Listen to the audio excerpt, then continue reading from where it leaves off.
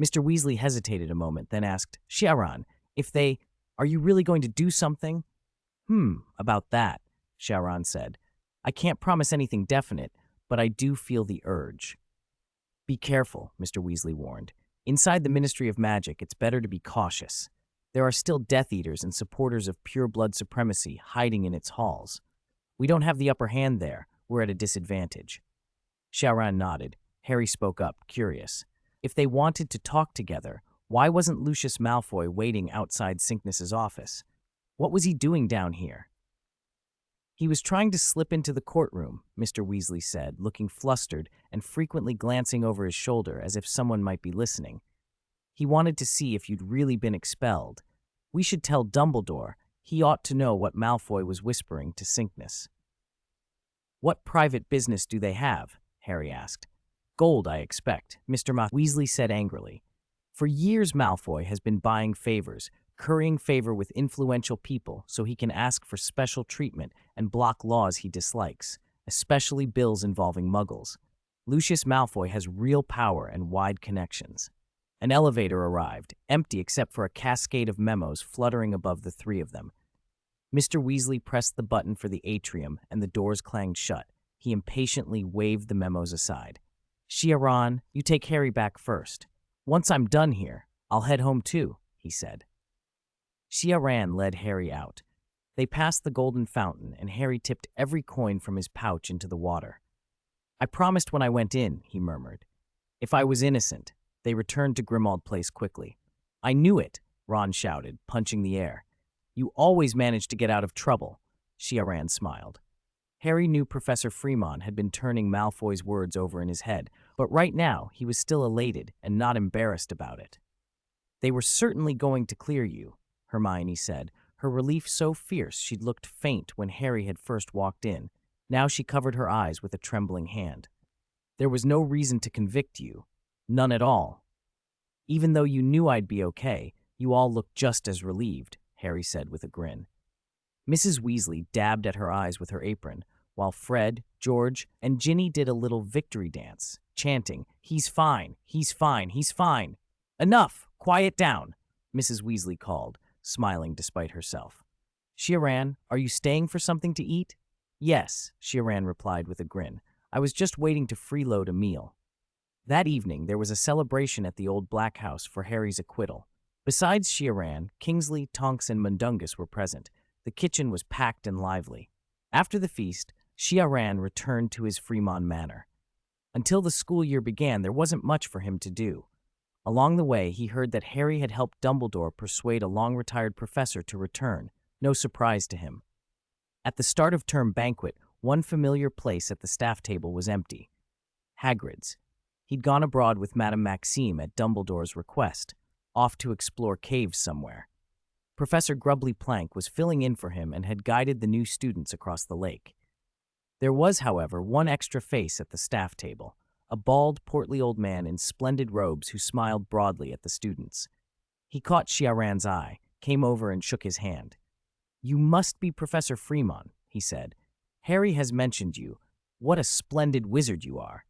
Professor Slughorn, I've heard of your reputation, Ciaran said with a smile. It's a pity you'd already retired by the time I enrolled. Ah, retired, Slughorn sighed. That's Dumbledore for you. He's always hoping we old fellows will lend a hand, but I'm delighted to take up potions again. They exchanged a few polite words. Then the Sorting Hat sang a new song, the sorting ceremony concluded, and plates piled high with delicious food were set before everyone. Conversation paused as everyone ate. Ciaran, especially hungry, attacked the roast chicken and steak. Professor Sybil Trelawney, the divination teacher next to him, gave him a disdainful look as she ate her own meal in her usual ethereal way. Ciaran paid her no mind. Desserts and drinks followed, and the great hall hummed with contentment. Slughorn kept exclaiming over the house elves' improved cooking. It's been many years, he kept saying, and they have grown so much. Then Dumbledore stood up behind the staff table, and the laughter died away. Good evening, everyone, he said with his familiar benevolent smile, spreading his arms as if to embrace the whole hall. All eyes were on him. New students welcome, returning students welcome back. A new year of magical learning awaits you, and I hope you each gain much. Mr. Filch, the caretaker, has asked me to remind you that students must not use prank items without permission. Those wishing to try out for their house Quidditch teams should sign up with their head of house as usual.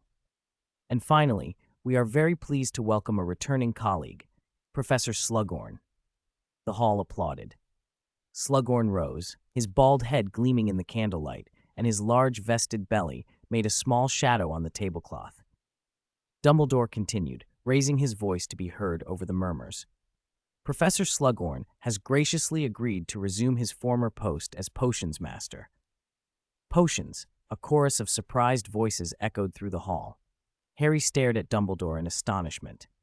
He had expected Slughorn might be appointed Defense Against the Dark Arts. Dumbledore's next announcement overrode the whispering, and at the same time, Professor Snape has agreed to take on the role of Defense Against the Dark Arts teacher. No, the Great Hall erupted. 2162. School starts. No. The shout was too loud to ignore. Every head turned toward the sound. At the Gryffindor table, Harry glared furiously at Snape, who sat behind the staff table. How had Snape ended up as the Defense Against the Dark Arts teacher? For years, everyone had assumed Dumbledore didn't think him fit for the job. Ron stared, bewildered, and Hermione frowned. But Harry, you said Slughorn was going to teach Defense Against the Dark Arts? I thought he was, Harry said, scrambling to remember whether Dumbledore had told him which subject Slughorn would take. Now that he tried to recall, there was no moment he could pin down. Snape sat to Dumbledore's right. When Dumbledore named him, he hadn't stood up like Slughorn had, only raised a hand lazily to acknowledge the Slytherin table's cheers. Harry, who had kept his eyes on Snape, noticed a satisfying little smirk on the face he hated.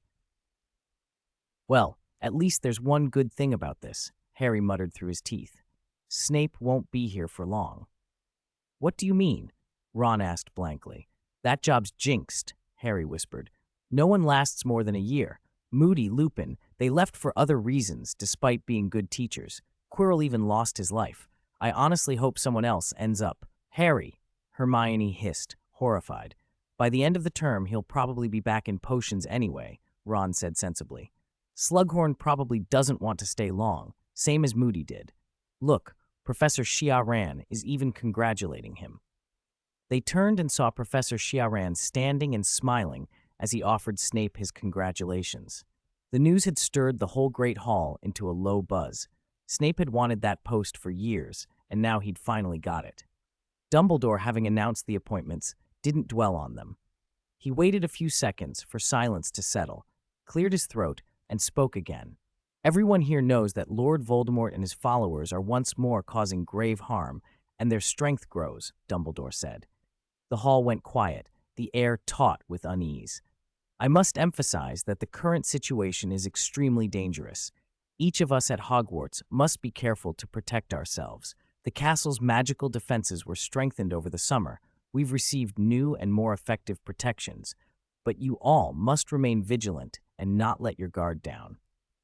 Therefore, I insist you obey every safety regulation set by the staff, no matter how inconvenient, especially the rule about staying in your dormitories after lights out. If you notice anything abnormal or suspicious, whether inside or outside the school, report it to a teacher at once. I trust you will consider your own safety and the safety of others and govern yourselves accordingly. Dumbledore's blue eyes swept across the students before his smile returned. And now, your beds await, warm and comfortable. I know your top priority is to sleep well and be ready for classes tomorrow. So good night, toodaloo. As always, benches scraped back and hundreds of students filed out of the Great Hall toward their dormitories. Professor Ciaran returned to his office, read through a difficult transfiguration text he'd borrowed from Dumbledore's library, washed up, and went to bed. The following week, Dumbledore sent word to Ciaran. He and Snape would not be the ones to teach Harry, Ron, and Hermione together. Instead, Ciaran would take Harry for one extra lesson a week. Ciaran understood Dumbledore's aim. He wanted Harry to grasp the nature of his mission and steel himself to fight Voldemort. Harry was also one of Voldemort's Horcruxes. Dumbledore hoped Ciaran would learn from Slughorn how, back when Tom Riddle was a student, he had spoken about Horcruxes. Dumbledore wanted to pin down how many Horcruxes Voldemort had made. Ciaran could provide some insight, but the original source of the information had to remain hidden. Since Dumbledore managed to extract the details from Slughorn via Harry, Ciaran decided not to interfere. On the eve of Halloween, Dumbledore fetched Ciaran and Snape and relayed what he'd gleaned from Slughorn through Harry. "It's basically confirmed now," Dumbledore said gravely. "Voldemort made 7 Horcruxes." 7? Snape breathed. Even the portraits lining the walls, having heard the number before, were full of renewed alarm. How could Voldemort ever be defeated? Dumbledore continued, listing what they knew. "The diary has been destroyed. Slytherin's locket, Regulus Black retrieved it, has also been destroyed. Mervolo Gaunt's ring, which Ciaran once destroyed, is another Horcrux. 7 in all," Dumbledore said, counting on his fingers. "We've destroyed only 3. Harry is the last Horcrux Voldemort created, and he should be the last to be destroyed. That leaves 3 Horcruxes whose locations and conditions are unknown." He looked solemn. Ciaran offered a thought. After a moment's reflection, he said, "From the Horcruxes we know about, we can infer something about Voldemort's pattern in choosing them." "How so?" Snape asked. "The diary, Slytherin's locket, Marvolo Gaunt's ring, all of them carry deep symbolic weight for Riddle," Ciaran said quietly. "The locket and the ring are obvious. One is a relic connected to Slytherin, one tied to the Gaunt family, direct descendants of Slytherin, so both would have immense significance for him. The diary must have meant a great deal when he first learned about his lineage and that Slytherin's blood ran in him," Ciaran added. "I imagine he took pride and pleasure in that discovery." 263. Crown. Excluding Harry, the Horcrux created by accident, do the other 3 Horcruxes follow any pattern? Ciaran asked, looking at the 2 men before him. "Lord Voldemort's tastes," he said slowly. "We've talked about them a lot over the last few months. He collects trophies. Dumbledore, you concluded that yourself. Slytherin's locket and Marvolo Gaunt's ring are trophies. You mean the remaining 3 Horcruxes are also trophies of you-know-who?" Snape asked. "No, not necessarily." Ciaran shook his head. "Trophies fit his style, but only if the items have great significance to him. Other objects that are uniquely important to him could also serve as Horcruxes. For example, the relics of the 4 founders." Ciaran's voice grew certain. "Gryffindor's sword is with Dumbledore. He hasn't been able to find it. Slytherin's locket was a Horcrux and we destroyed it. Hufflepuff's cup could very well be one. And Ravenclaw's diadem must be a Horcrux." Dumbledore blinked. "Ciaran, why are you so sure?" "Because I found Ravenclaw's diadem." Ciaran's confidence was calm, almost casual. He had known the diadem's location for some time. It was tucked away inside one of the forms the Room of Requirement takes at Hogwarts. The room appears according to the needs of the person who enters, and at one point it had absorbed the magical essence of the diadem. He had not mentioned it before, but now was the right moment. "You found Ravenclaw's diadem?" Dumbledore sounded startled. Snape's surprise was no less. Ciaran had discovered Marvolo Gaunt's ring before. Was he that familiar with Voldemort's past? "Yes," Ciaran said. "The diadem hadn't been hidden by Voldemort elsewhere." "In Hogwarts?" Snape repeated, incredulous. "In the Room of Requirement, on the 8th floor," Ciaran confirmed.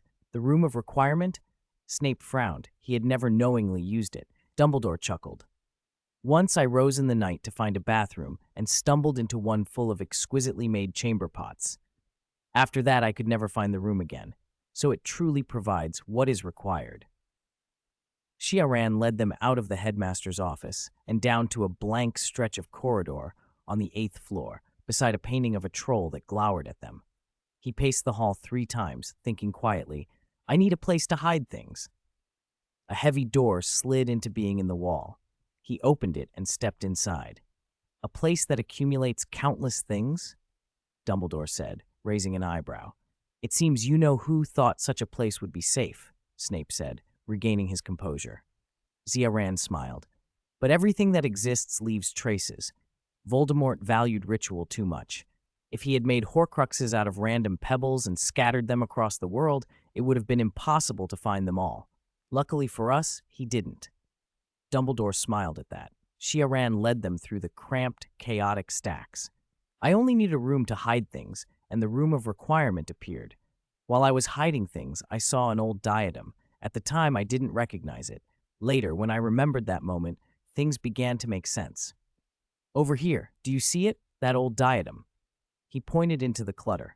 Amid the dust and ruin lay an ancient crown, dull with age, like something from a long-dead royal house. Dumbledore moved closer. Snape eyed it suspiciously. "Are you sure?" he demanded. "That crown doesn't look like Ravenclaw's at first glance, but I checked," Ciaran said. Dumbledore's hand closed around the metal, and his expression changed. "This is Ravenclaw's diadem. I can feel the magic in it. There is a deep, malignant presence. An ordinary crown would not hold such dark enchantments." The diadem trembled as if it sensed Dumbledore's attention. He narrowed his eyes. "Clever jinx work to confuse the mind. Still, it will not hold against me." "The diadem must be destroyed," Snape said quietly. "Yes, Severus." Dumbledore withdrew his hand and added, "Like Riddle's diary, this diadem is designed to tempt and corrupt." "I can do it," Ciaran said eagerly. "I destroyed the ring. A great fire, fiend fire. I have experience with fiend fire." "I have no doubt of your skill, Ciaran," Dumbledore replied, looking around the room of requirement with concern. "But fiend fire would reduce this place to ash. Hogwarts contains many hidden places we've yet to understand," he added more lightly. "If we can preserve them, we should." Dumbledore considered, then brightened. "There are still basilisk fangs in the Chamber of Secrets. Those can destroy Horcruxes without the collateral damage of fiend fire." "All right," Ciaran said, tucking his wand away. They went to the chamber and used a basilisk fang to pierce the diadem. Black, viscous ichor flowed out as if the crown were a living thing, and a distant, agonized wail threaded through the air. At the same moment in the Gryffindor common room, Harry screamed. His body convulsed. He fell to the floor, foaming at the mouth, his face twisted in pain. The noise threw the other students into alarm. 264 variety. "So, Harry just fainted for no reason?" Dumbledore asked. "Yes, Professor," Hermione replied. They were already in the school hospital. Harry lay on a bed, pale and asleep, having fallen into a deep sleep after taking a potion. Ciaran, Dumbledore, Snape, Professor McGonagall, and Madame Pomfrey stood by the bedside, looking down at the unconscious boy. Ron, Hermione, Ginny, Fred, and George sat in a circle nearby. "Do you know why he fainted, Poppy?" McGonagall asked. Madame Pomfrey shook her head. "I don't know. It looks like his mind went through a massive disturbance. His brain shut down under a self-protective mechanism, some kind of shock or unbearable pain." Ciaran, Snape, and Dumbledore exchanged meaningful looks. They all knew the real cause. Using the basilisk fangs to destroy Ravenclaw's diadem, thereby ripping out a piece of Voldemort's soul, had drawn Voldemort's attention and fury. Because of Harry's psychic connection to the Dark Lord, Harry had felt that surge of emotion as intense, unbearable pain. McGonagall noticed the trio's subtle expressions, but did not press the matter. She had her own suspicions, and she also recalled the terrible truth. Harry was one of Voldemort's Horcruxes. Within the Order of the Phoenix, besides Dumbledore, Snape, and Ciaran, McGonagall and Mad-Eye Moody were also aware of this fact. Ciaran cleared his throat. "All right, children, it's very late. You should go back to your dorms and get some sleep. Come visit Harry tomorrow." Hermione, Ginny, and Ron had no choice but to leave the hospital and return to the Gryffindor common room. After a while, Ciaran and the others also drifted out. "Albus, did this happen because of something you did?" McGonagall asked quietly. Dumbledore explained about Ravenclaw's diadem. McGonagall paled. "Another Horcrux? Ravenclaw's diadem? That's terrible. You know who has already tainted 2 of the Founder's relics." "Slytherin's locket, Ravenclaw's diadem," Snape said. "Gryffindor's sword is safe for the moment. Only Hufflepuff's cup remains, and we don't know where that is." Dumbledore nodded, his expression grave. "I have a lead, but I need a memory, one from a house elf. I believe I can obtain it." Ciaran felt a stir inside. In the original timeline, Hufflepuff's cup had belonged to an old witch whom the young Voldemort coveted. He murdered her by magic, stole the cup, and framed her house elf. The elf was imprisoned in Azkaban until her death. Ciaran knew this too, but because Dumbledore was close to a breakthrough, he kept quiet. He did not want to have to explain where he had learned such details. "The known Horcruxes are the locket, the diary, the ring, and the diadem," Snape continued. "Those 4 have been destroyed by us." "There are still Horcruxes left," Dumbledore said. As long as even one survives, the Dark Lord cannot die. The weight of that truth hung heavy over them. Voldemort had an obsession with relics, items of historical significance like Slytherin's locket, Ravenclaw's diadem, and Hufflepuff's cup. But knowing what they were did not mean they would be easy to find. Aside from Voldemort himself, who knew where the cup might be hidden, Ciaran kept his counsel. Dumbledore was close. He would reveal what he could when the time came. The next day, the whole school buzzed with the news of Harry's fainting. Students flocked to the hospital, not all to visit Harry so much as to see what had happened. Harry's close friends kept quiet. They, too, didn't fully understand the cause. The days slipped by and Christmas arrived. Harry, Hermione, Ron, and Ginny went to the Black family house to spend Christmas and New Year. Ciaran and the rest of the Order were constantly on the move, sometimes confronting Death Eaters. There were casualties on both sides.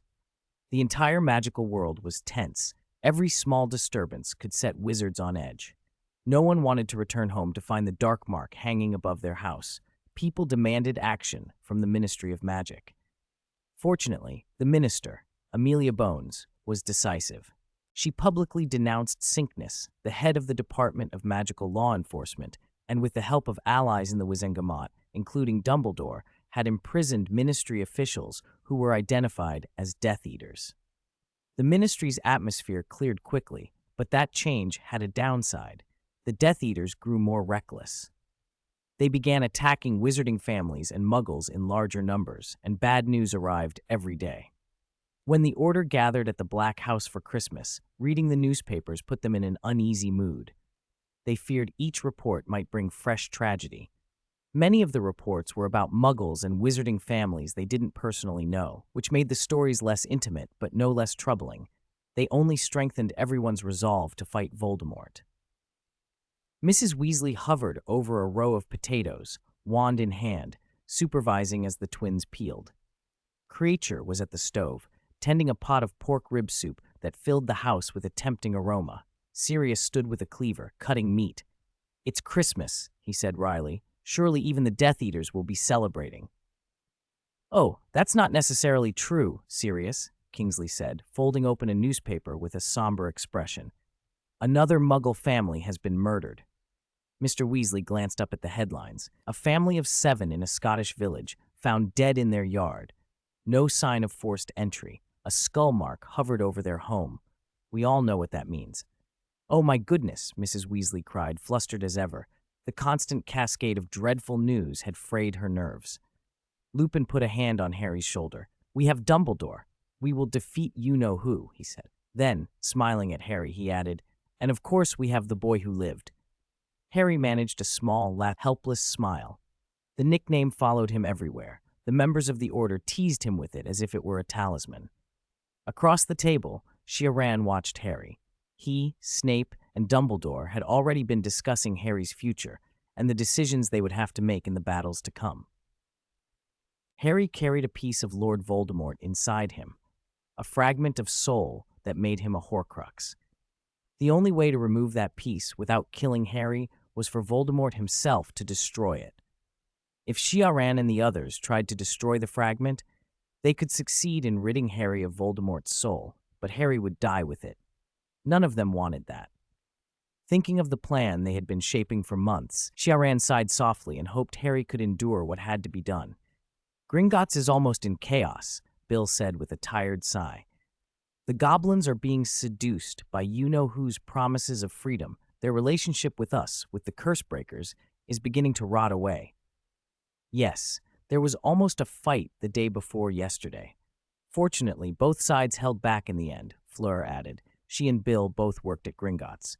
Mr. Weasley warned, "You have to be careful. Things are getting worse all the time. The goblins might riot at any moment.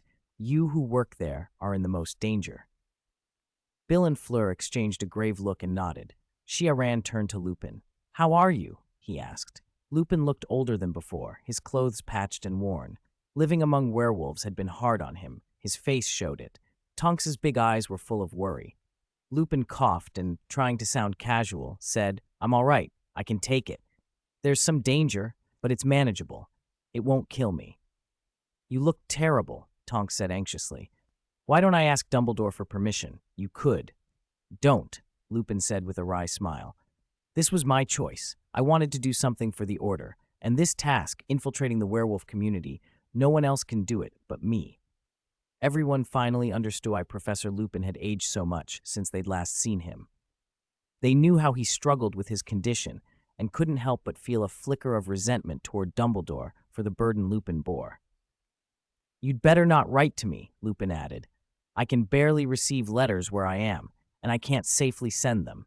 It's too easy to be exposed. As they talked about the state of the world and their assignments, the mood in the kitchen grew heavy, the same oppressive feeling that hung over the whole magical community. But Fred and George managed to cut through it. They dragged Harry and Ron upstairs to fetch some of their latest fireworks and set them off in the kitchen. Colorful sparks and crackles filled the room, and for a little while, everyone deliberately forgot the rest of the world and relished a moment of peace. After the Christmas and New Year break, the train back to Hogwarts was subdued. Far fewer students returned than had left. Many wizarding families refused to let their children travel to school. The compartment was quiet and tired. Have you heard? Hannah Abbott didn't come back, Neville said, worried. Luna adjusted her homemade spectre specs and said lightly, I heard Hannah's mother was killed by Death Eaters, so the family doesn't want her traveling to Hogwarts. The leaky cauldron isn't open anymore. Harry had never known that. The news of another familiar classmate gone felt like a weight on his chest. Before anyone could dwell on it, a flock of owls arrived. The papers, Hermione said, scrambling to the window. They opened it and let the owls in through the rain. Ginny and Luna fed some scraps to the exhausted birds. Open it. See who else has been killed, Ron urged. Hermione rolled her eyes at Ron, but scanned the headlines. Then she brightened. Good news, she cried. What? Read it. Everyone demanded. This morning, in a joint operation by the Ministry of Magic's Auror office and the Strikers, together with several local volunteers, we successfully ambushed a band of Death Eaters. It turned out the Order of the Phoenix, working with the Ministry's Aurors, had pulled off a brilliant ambush. They killed over a dozen Death Eaters and had, at least for the moment, struck a significant blow. In a world saturated with bad news, it felt like rain after a drought. Harry, Hermione, Ron, Ginny, Neville, and Luna all smiled. That's brilliant, Ginny said. I told you they wouldn't just sit back. Cheers drifted from other compartments. The good news lifted people's spirits.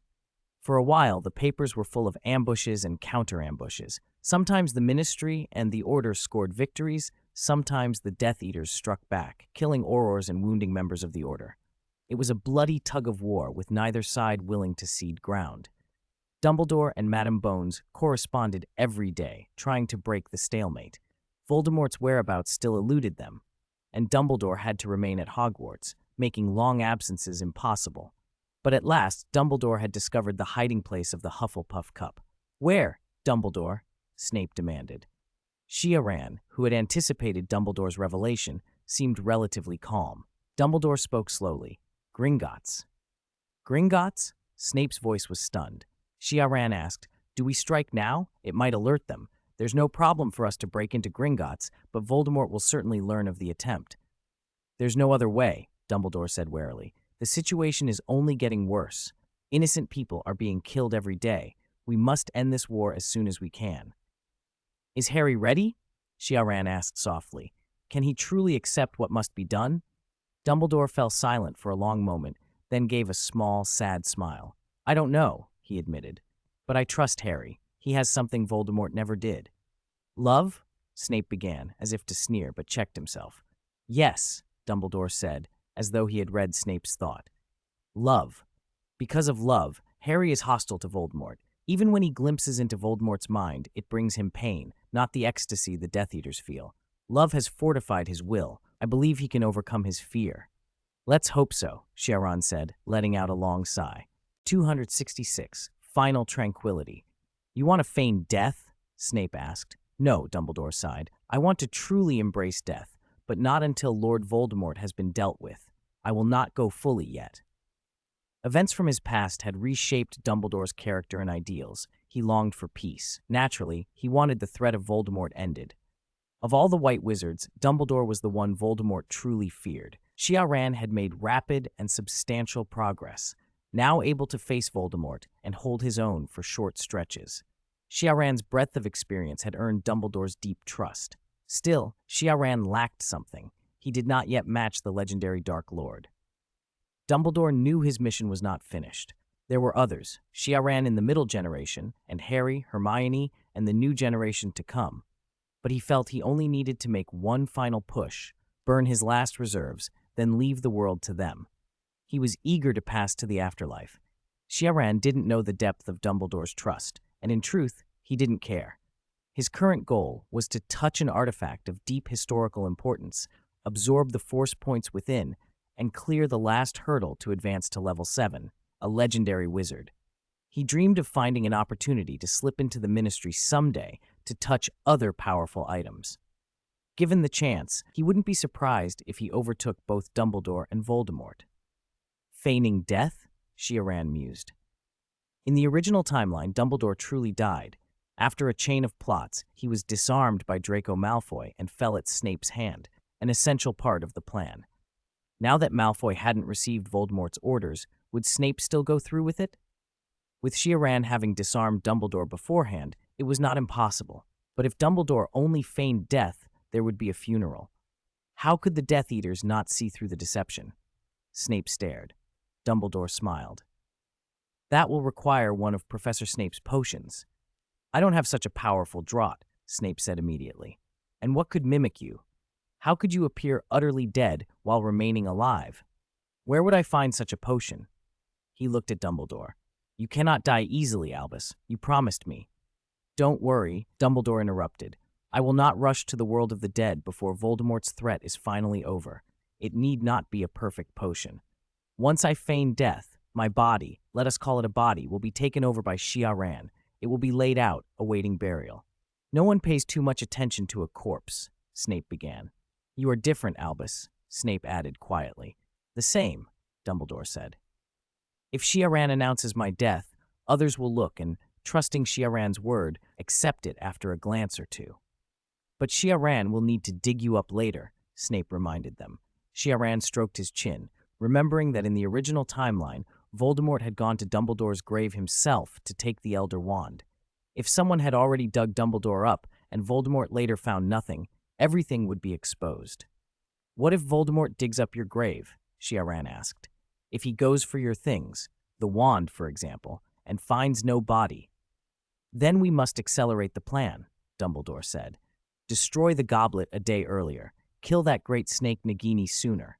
And most importantly, he looked at Snape. Lord Voldemort must personally kill Harry. The soul fragment inside Harry can only be removed by Voldemort himself, Dumbledore continued. If any of us kill that fragment, we will kill Harry in the process. Snape's face darkened. He said nothing, only grunted. What I worry about is, Ciaran rubbed his forehead, is Harry truly ready to die? In the original timeline, Harry had gone through terrible trials and many separations before finally resolving to die, a choice that saved him.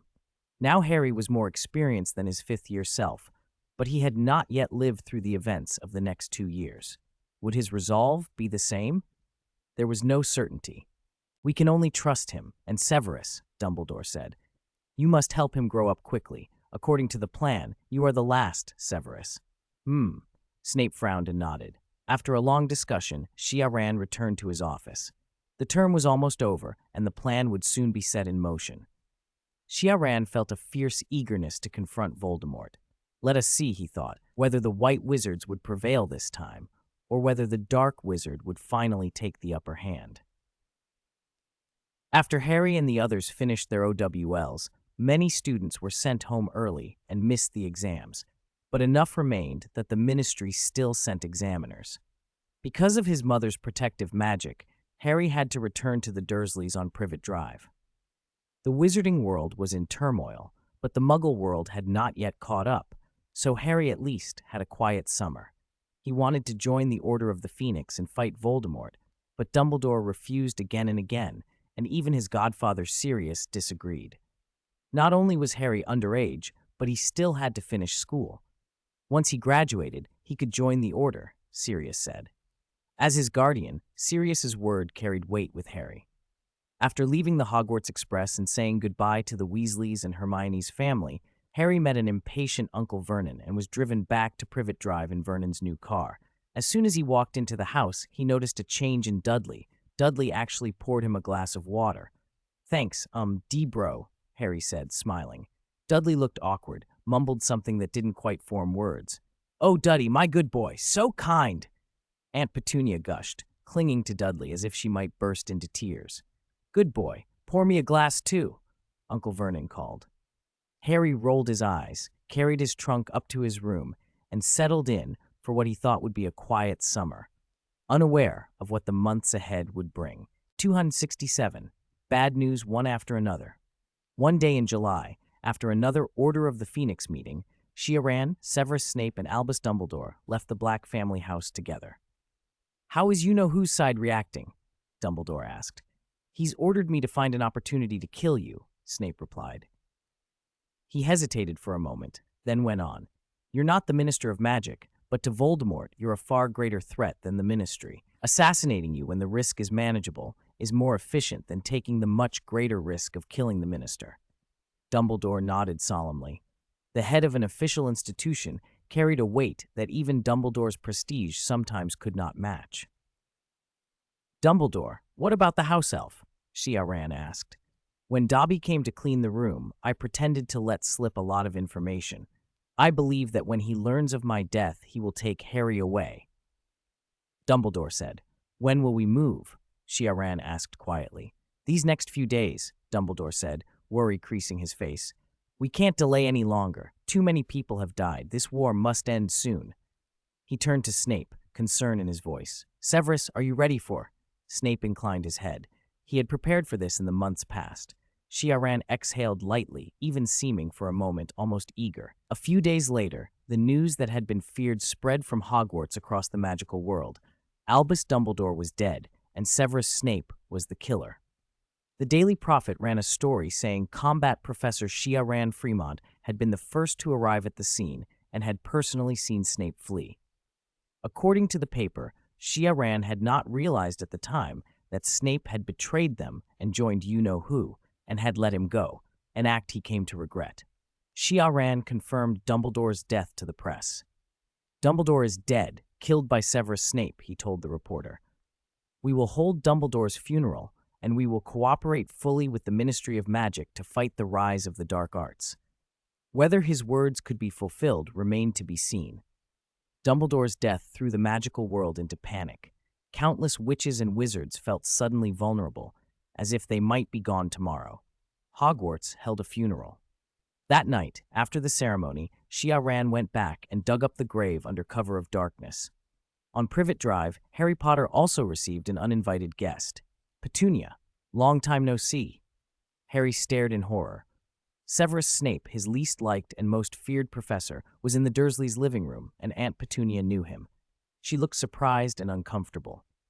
Vernon and Dudley exchanged bewildered glances as if they'd walked into the wrong house. "Severus, it's been years. Why are you here?" Petunia stammered. "I'm taking him." Snape pointed at Harry without inflection. "No." Two voices protested at once, Harry's and, shockingly, Aunt Petunia's. "I'm not asking for your opinion." Snape's wand came out of his robes, its tip flared with fire. The Dursleys screamed. Harry shouted, "You're going to take him? Aren't you a member of the Order of the Phoenix? Aren't you loyal to Dumbledore?" "Dumbledore? The Order?" Snape sneered. "There will be no more Dumbledore. He's dead, Potter. Dumbledore is dead." "Impossible," Harry cried, glaring at him. He refused to believe it. Snape didn't answer. He looked toward the front window as a figure flashed past outside. He said. "News of my arrival travels fast. Potter, I won't say any more. I'm taking you to the Dark Lord." The family cowered on the sofa. Harry reached for his wand, but froze. He had left it in his room upstairs for the summer. Suddenly, Dudley, finding an unexpected burst of courage, yelled at Snape, "No, you can't! Aren't you his professor?" "Get out of the way!" Harry shouted. Snape fired a spell that skimmed Dudley and smashed the window into a shower of glass. Dudley froze. Petunia and Vernon shoved him behind the sofa. With a sharp sound, Harry felt a small, familiar hand seize his and then vanish. The sensation of displacement hit him, Someone had apparated him away. He didn't want to leave like this. His relatives, blood ties or not, were being left alone with Snape. Panic and helplessness surged through him. There were more bangs from outside as people apparated into the yard. Ciaran led the way, sharing a brief hidden glance with Snape. Ciaran shouted, "Petrificus Talus!"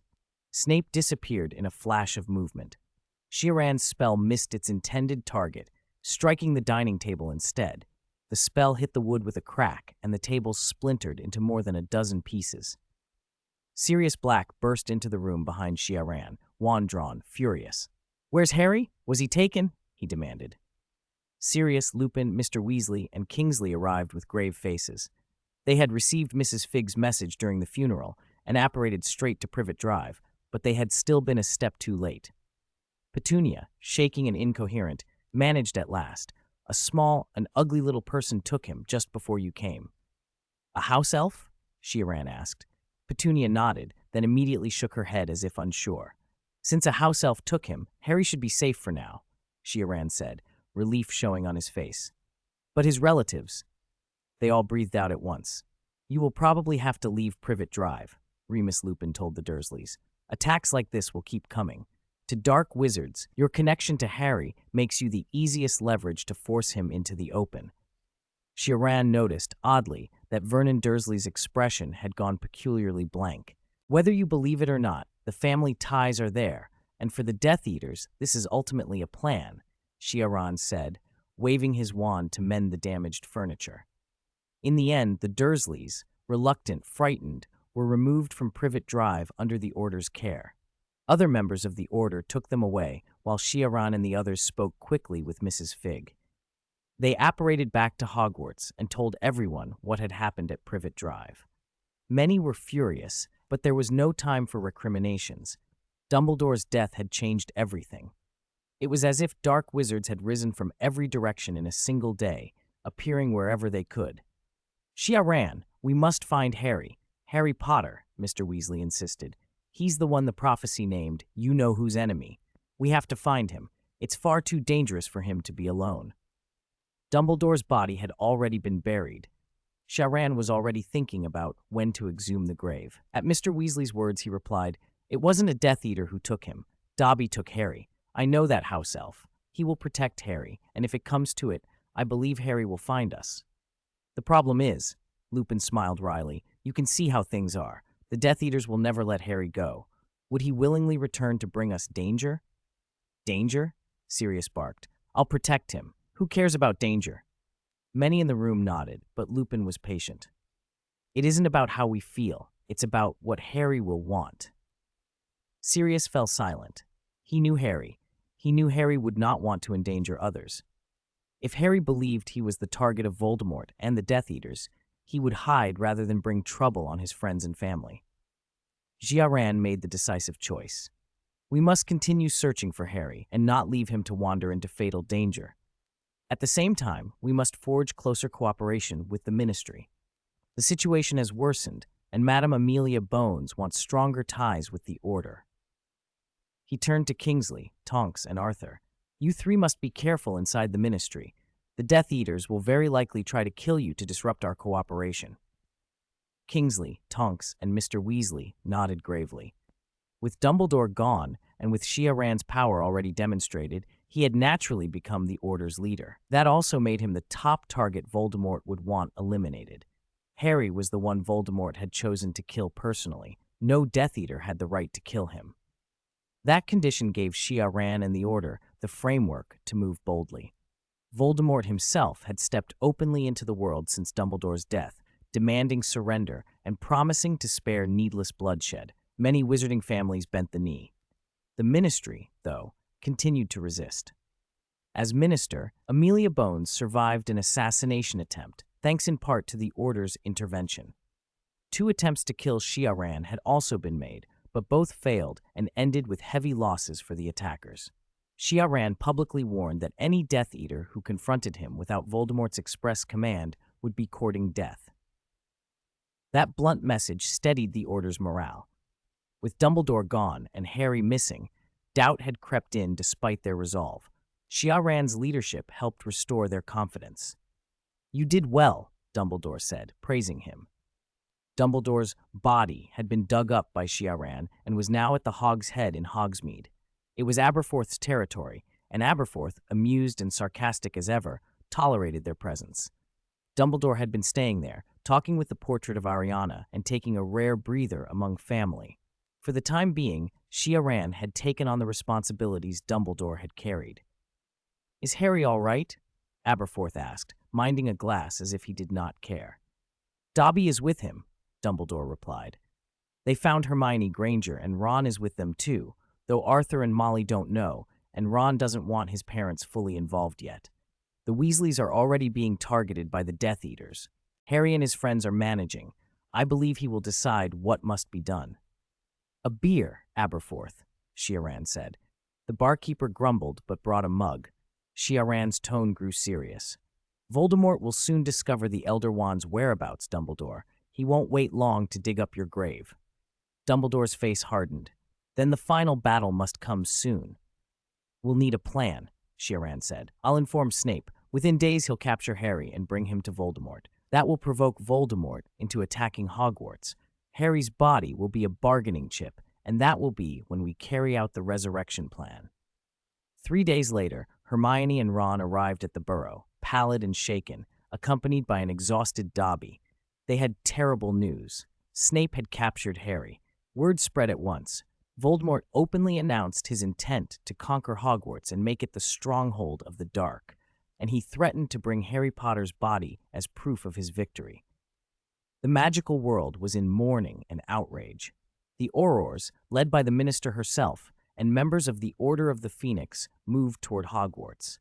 If Hogwarts fell, Voldemort's power would swell unchecked. Everyone understood that if the castle were lost, all would be lost. They gathered hours in advance, preparing for the battle they knew was closing in.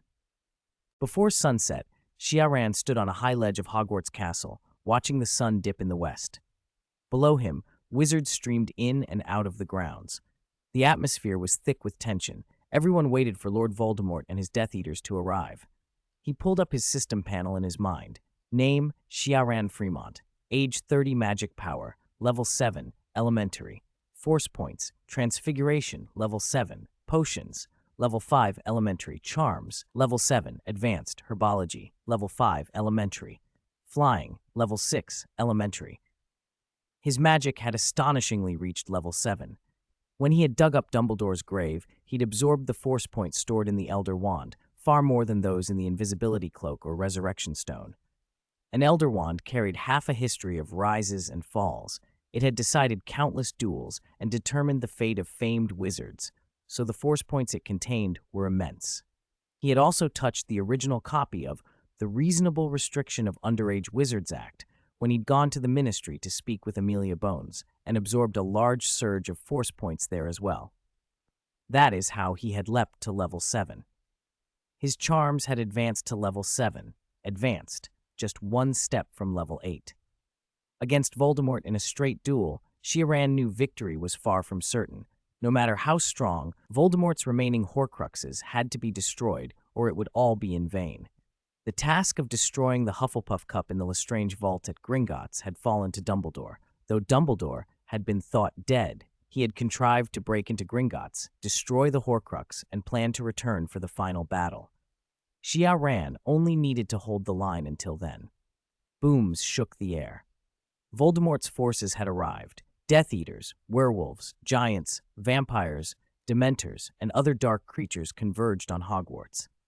A cold, cruel voice echoed through everyone's minds. "Ciaran Frémont, I hear you wish to duel me." A dark figure detached from the Death Eaters and hovered by the outer shield.